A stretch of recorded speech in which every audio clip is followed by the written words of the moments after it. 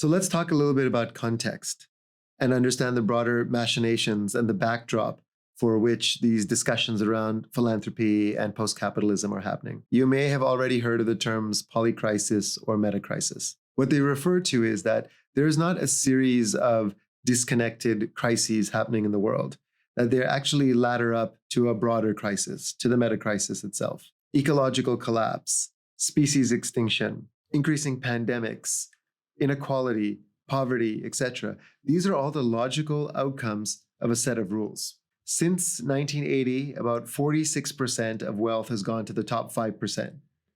So about half of the world's wealth has gone to the top 5%. 60% of humanity have only shared about 5% of that wealth. So there's this direct inversion of wealth creation.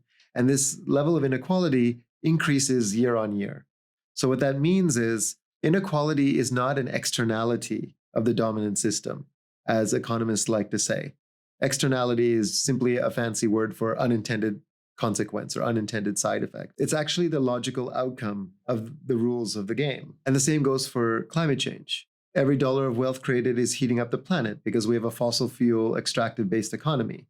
So by definition, capitalism creates climate change. And it can be said for every other major issue in the world. So every major issue of our time, from inequality, climate change, depression, spiritual ennui, pandemics, these are all interlinked with the dominant system and the set of rules of late-stage capitalism. So when we start to understand that the structure of the system itself is creating the consequences, we start to see that no amount of reform can change the existing system. It can tamper with some of the outcomes, but it's not going to change the nature of these outcomes in the first place. We are moving towards a 3-degree rise in global temperature. This is twice the amount of the Paris Accord. What a 3-degree rise in temperature means is unfathomable. It's correlated to about 40% biodiversity loss. That's 40% of all life on this planet no longer being with us by mid-century. It's correlated to a 10 to 20 meter sea level rise. That means every major coastal city will be underwater in the next 20 to 30 years. It took Amsterdam 150 years to create the infrastructure to be a meter below sea level. There's no way the modern city-state and the modern nation-state is going to be able to adapt to these changes. So we are entering an unprecedented time. When economists or political scientists and others talk about collapse, it's not simply economic collapse or the collapse of the US dollar, but it's also linked to ecological collapse, species extinction. We are in the midst of the 6th great extinction. 1,000 times the baseline rate of extinction is happening right now. 200 species a day are going extinct every day as a direct result of the economic operating system we have. And yet we are stuck in this sort of prisoner's dilemma, this checkmate of requiring the existing system for our day-to-day needs, and yet understanding that the system itself is a self-terminating logic. And the contradiction and the juxtaposition between these two views, one could say the internal view and the external view, creates this deep, deep absurdity that is at the core of our being. And that's what it means to be in the paradox and the messiness and the contradiction of late-stage capitalism. In some ways, the global economic system is very simple to describe. Money is printed at debt. Private banks that own Federal Reserve systems, like in the US, Canada, the UK, most of Europe, these private banks ask the Federal Reserve to print money. That money is printed at debt at about 1%. That money is then lent out into the broader public to people like you and I at 2%. This is what is known as prime. Since about World War I, the effective prime has been about 2%. So now we see the banking sector is structured into the system to double its wealth, going from 1% to 2%. It's not that banks are functionally useful or the financial industry is necessary. It is only necessary in the way it is structured within our existing fiat system. That money then has to grow at about 3%. That's the number bankers, economists, the World Bank, and others tell us is the minimum amount to avoid stagflation or recession. And it's a very simple logic, right? If the creation of money is happening at 1%, that money is lent out into the public at 2%, which is the debt rate. Your growth, the 3%, has to exceed the 2% in order for that money to be valuable. It's like a house of cards or a Ponzi scheme. So 3% may not sound like a lot, but what it means is 3% on 3% on 3%. It's an exponential function. That means that we're going to have to double the global economy every 24 years.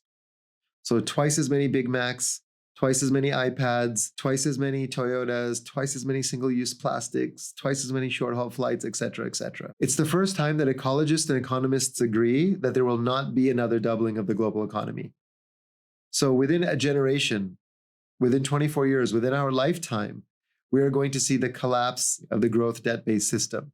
And that's going to have tremendous consequences. Most people in positions of power know this is going to happen, but they're getting more desperate and more desperate to keep that 3% growth happening. This is, in some ways, the definition of late-stage capitalism. It's why energy companies are moving to fracking and more desperate measures to extract fossil fuel energy. Why so-called development and aid is happening in emerging economies in the global south.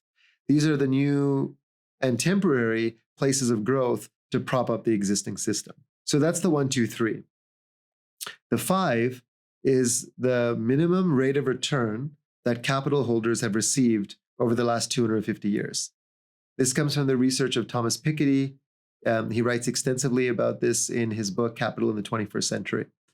So what that means is if the debt-based system requires a 1% creation of debt, lent out at 2%, the whole pie is growing at 3%. Those who hold capital are receiving 5% year-on-year exponentially at minimum, which means that inequality is baked into the system. It's the logical outcome of the existing set of rules. And again, it's an exponential function. But if you're putting your money into hedge funds, fossil fuels, the military-industrial complex, other extractives, you could receive a 15 to 20% return on those funds. And so the rich are getting richer at the expense of everyone else and the living world. So we describe this current system, the growth debt-based system, as a self-terminating logic. And we are all embedded in it. There's no purity in this. There's no one who's outside that system. Now we have a better understanding of context to come full circle back to philanthropy. Rather than seeing wealth holders as people who have inherent decision-making because they're worthy or more intelligent or have the rights, we can start to see how at this critical moment in history, there's disproportionate amount of responsibility and self-awareness about historically where wealth came from and what we do in this brief period of time where capital is still useful. So this is a beautiful quote from Vanessa Andreotti. This structure of modernity has created a feedback loop that starts with fears.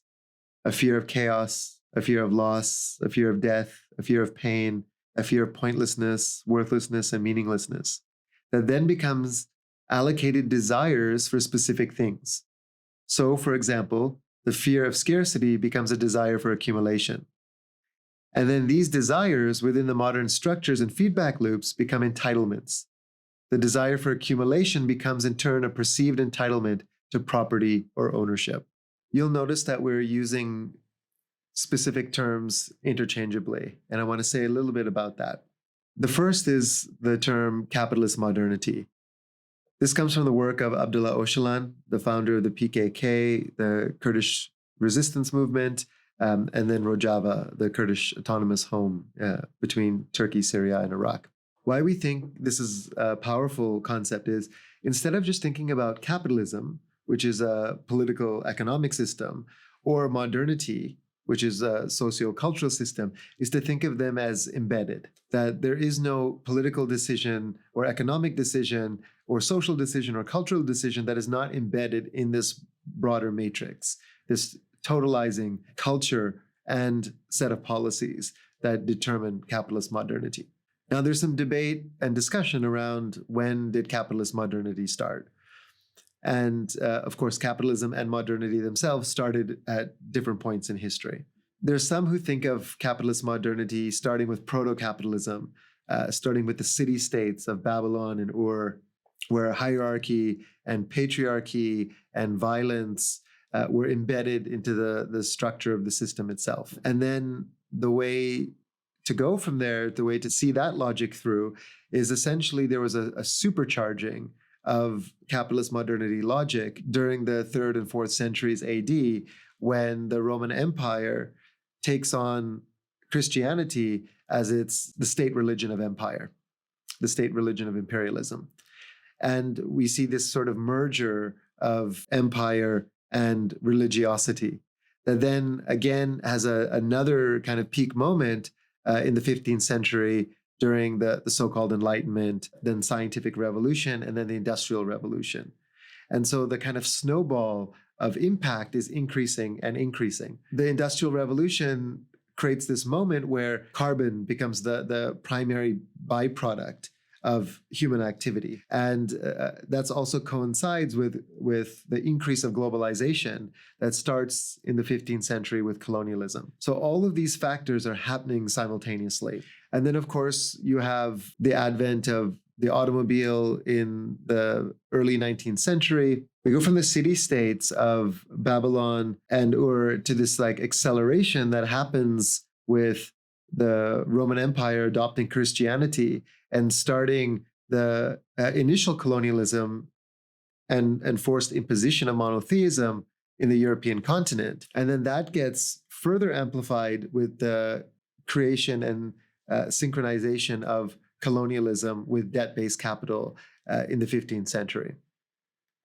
So as now these traumatized ex-pagans, now Christians, are moving through the world, imposing debt-based currency and expropriating resources and genociding populations, you have the Enlightenment and scientific revolution that are giving the rationale for these behaviors. Ideas such as dualism are born for the first time.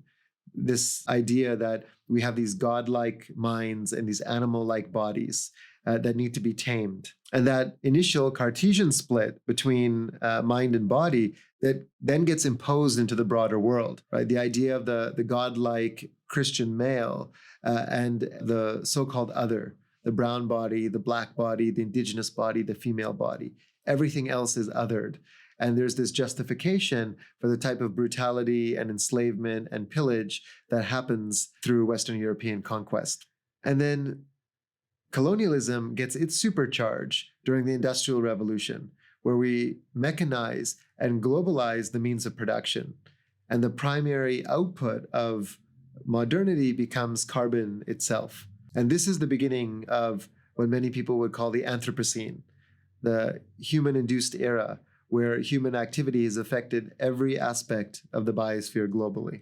And so that then gets supercharged itself with World War I and World War II, the refinement of weaponry and machinery at huge industrial scale, the dropping of the nuclear bombs during Hiroshima and Nagasaki. Some argue that is the moment and birth of the Anthropocene. So that term, the Anthropocene, is also being thrown into the mix with capitalist modernity. And then what we see is the advent of neoliberalism in the 1970s, which is this essentially belief in a corporate-focused, hyper-individualized market economy, where we're told that if everyone pursues their own selfish interests, somehow a perfect equilibrium is going to be created. This advent of neoliberalism we think of as the latest chapter in capitalist modernity. So capitalist modernity is the wide swath of time that initiated our separation from the living world. The Anthropocene is a layover on capitalist modernity that started during colonialism, the Industrial Revolution, and with the dropping of the nuclear bombs in 1945. And then you have neoliberalism, which is simply the latest chapter in capitalist modernity. Think of it as the heir of the logic of all of these broader separation logics that have led us to this moment. And I'm going to talk a little bit about what neoliberalism means. So neoliberalism is not simply a political economic theory. It's much more akin to a theology. It has a point of view on every aspect of human behavior and humanity's role in the broader cosmos. There's 5 key tenets to neoliberalism as theology. The first is that human beings are inherently selfish the pursuit of self-interest is the rational order of things, and we should therefore pursue that. This belief in human selfishness has been bolstered through Darwinism and neo-Darwinian thinking that rationalizes psychosis and bad behavior. And we are told this is the natural state of things. The second tenet of neoliberalism is that hierarchy is inevitable and, in fact, necessary for order. We are told that if there is not a decision-making apparatus at the top, whether that be a president, a CEO, a Congress, what have you, that the world will descend into mere anarchy. And that this order is desired by most people and is the only way evolutionarily we can organize society. The third tenet is that the individual is the primary unit of power. They are the locus of control. Margaret Thatcher famously said, "There is no such thing as society, only individuals and families." And this is the deep root of neoliberal logic, that we are these selfish people organized within hierarchies, really are only making decisions at an individual level, that broader concerns of entanglement, of relationality are actually irrational and not in the calculus of how a political economy should operate. The fourth premise of neoliberalism is that material wealth is the arbiter of virtue. The more money you have, the more successful you are, the more worthy, good, important you are in society. In this sense, neoliberalism is ahistorical. There's no previous understanding of the antecedents that led to that moment. The colonialism, the pillage, the white supremacy, the 500-year head start Western Europeans and their descendants had on capital. Rather, it says, pull yourself up by the bootstraps. If you are poor, you're a moral failure. There's no understanding of structural causes or structural drivers. And the fifth and final premise of neoliberalism is really the core of the cosmology. We call this the unholy trinity of separation, materialism, and rationalism. The separation aspect of this says that human beings are separate from the rest of the living world, from the rest of the ecology. We are the pinnacle of evolution, as opposed to the youngest species or the youngest culture in the West. And this position of dominance over the rest of the world also plays itself out in the various hierarchies within human beings themselves, with the white Christian male being on top of that hierarchy of separation. The materialism aspect is that the world can be reduced to its material constituents. The entire world can be reduced to the atom to the neutron, proton, and electron, and now with quantum physics, the quanta, the photon, the quasar, what have you. Science is moving towards this grand unifying theory of everything. That at some point, scientific materialism and rationalism are going to lead us to this point of mastery, where we know and understand the why behind the machinations of the universe. And the rationalism part of it is not only can we understand the entire world with the human neocortex, but that we are entitled to understand the mystery of the living cosmos. This is the deep hubris and arrogance that is at the core of this unholy trinity of separation, materialism, and rationalism, which is at the core of the cosmology of neoliberalism as a broader theology. This is not simply a theory on political economy.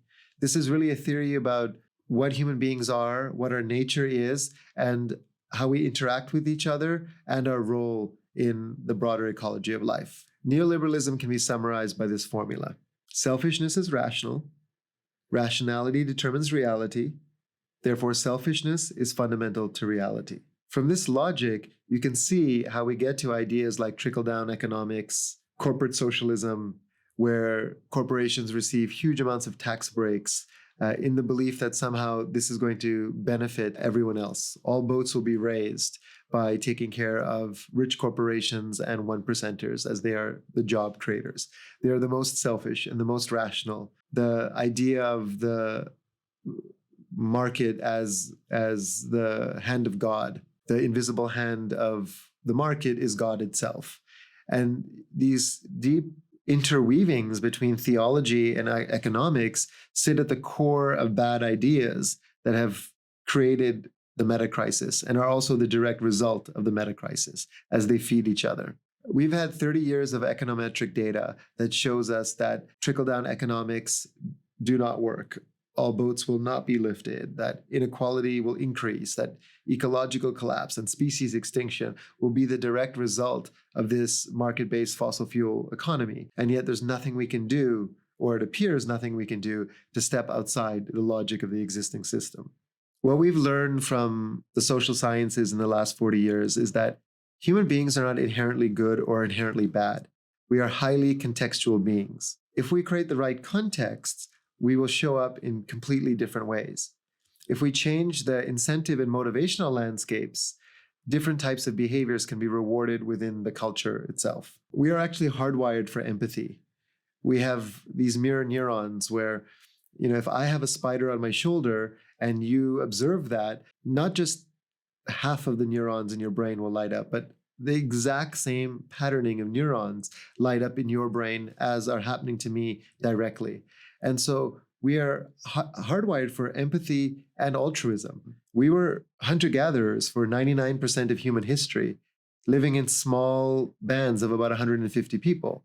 And yes, there was fighting amongst bands, but within the tribal structure, there was very high levels of equality, social mechanisms that would balance psychopathic behavior, abuses of power, etc. We know from bone density and teeth density samples that we were having about 2,000 calories a day. It didn't matter if you were the chief of the tribe or a lowly gatherer, you were eating about the same amount of food. We were working about 10 hours a week. Marshall Salins calls this the original affluent society. And now we're not suggesting we go back to the Paleolithic, but we are suggesting that what we are told about progress and the linearity of progress and modernity are being overturned by the social sciences and the hard sciences. And it's a moment for us to reflect on what kind of society we actually want to create with knowledge that is not 200 years old, based on neo-Darwinism and Enlightenment economics, but based on deeper, more integrated, relational, quantum queer understandings of the world that is and the world that is becoming. So part of the reason we bring this knowledge to bear in this space in this way is to say, let's trouble our notions of progress, of linearity, of pyramid logic, of the idea that this is the way it must be. This is the worst, best system we have. So let's work within that. And to say that we are in a historical crossroads. We're in a moment where the major institutions, the major cultural narratives of our time are crumbling on their own weight, including neoliberalism. This is the time for us to rethink the possibilities and to start imagining what post-capitalist realities could be. Post-capitalism is not simply another ism. It's not a new system that's going to replace the existing system. It's a conceptual container for a set of values and ideas that are informed by the destructive nature of the existing system and point to a life-centric model and models for what could come next. This is informed by values. So we look at the values of the existing system, and you don't need to be political scientist or a macroeconomist to look around and say, what are the values of the existing system? What do they reward? They currently reward short-termism, greed, extraction, the commodification of life, expropriation, dispossession, etc., etc. And what we need to do is to take those values that the existing system rewards and flip them on their head, to create a system that values reciprocity, generosity, altruism, cooperation, gift, solidarity, not just with other human beings, but with all of life. So the aim is to find approaches, practices, behaviors, norms, mores, cultural ways of being that embed these values into the political economy itself. So in addition to values, there's a set of core principles that post-capitalist experiments around the world already share. There's post-capitalist experiments that have been happening in places like Chiapas in Mexico through the Zapatistas, in the Middle East through the Kurdish Autonomous Zone, Rojava. Indigenous communities have been practicing for hundreds, in certain occasions, thousands of years, and they have certain values. They're based on a critique of the dominant culture, so they're informed by that system, but they're also pointing to something else. There's a line in the book that says, if you do not have a critique of capitalist modernity, you are contextually irrelevant. But if all you have is a critique, you're spiritually and creatively impoverished. The first part of that is really a nod to the New Age and an acknowledgement that we cannot spiritually bypass understanding the oxygen that we're breathing or the water that we swim in. We really have to understand the depth of neoliberalism, late stage capitalism, and what it's doing to us. And then the second part is really a counter to the left to say we can't stop there. We cannot just be in the critique, or we're creatively and spiritually impoverished. So we combine these two, the critique of the dominant system and pointing to what comes next, to be informed by certain principles. We'd say that these principles are post-anthropocentric in the sense that we have to decenter the primacy of the human being within our purview. We'd say that they are anti-racist in the sense that there would be no racialized hierarchies within post-capitalist systems, that they would be post-patriarchal, that there would also be no hierarchies based on gender or sexual orientation. They would be post-extractive in the sense that they do not and would not require the perpetual extraction of the living earth in order to prop up the economy. And it would not be measured by something like growth. And in that sense, it would also be post-growth. It would also be post-hierarchical in the sense that we would not want social organizations that are based on a few people making decisions for the majority. There would be more democratic, horizontal ways to organize decision-making amongst communities. And it would be anti-colonialist in the sense that a few people cannot benefit from the labor of others. And there would not be the imposition of universals, universal truths, monocultures, monotheism, etc., etc. And these are just some of the principles that inform the types of cultures and the types of societies and the types of political economies we would want to create.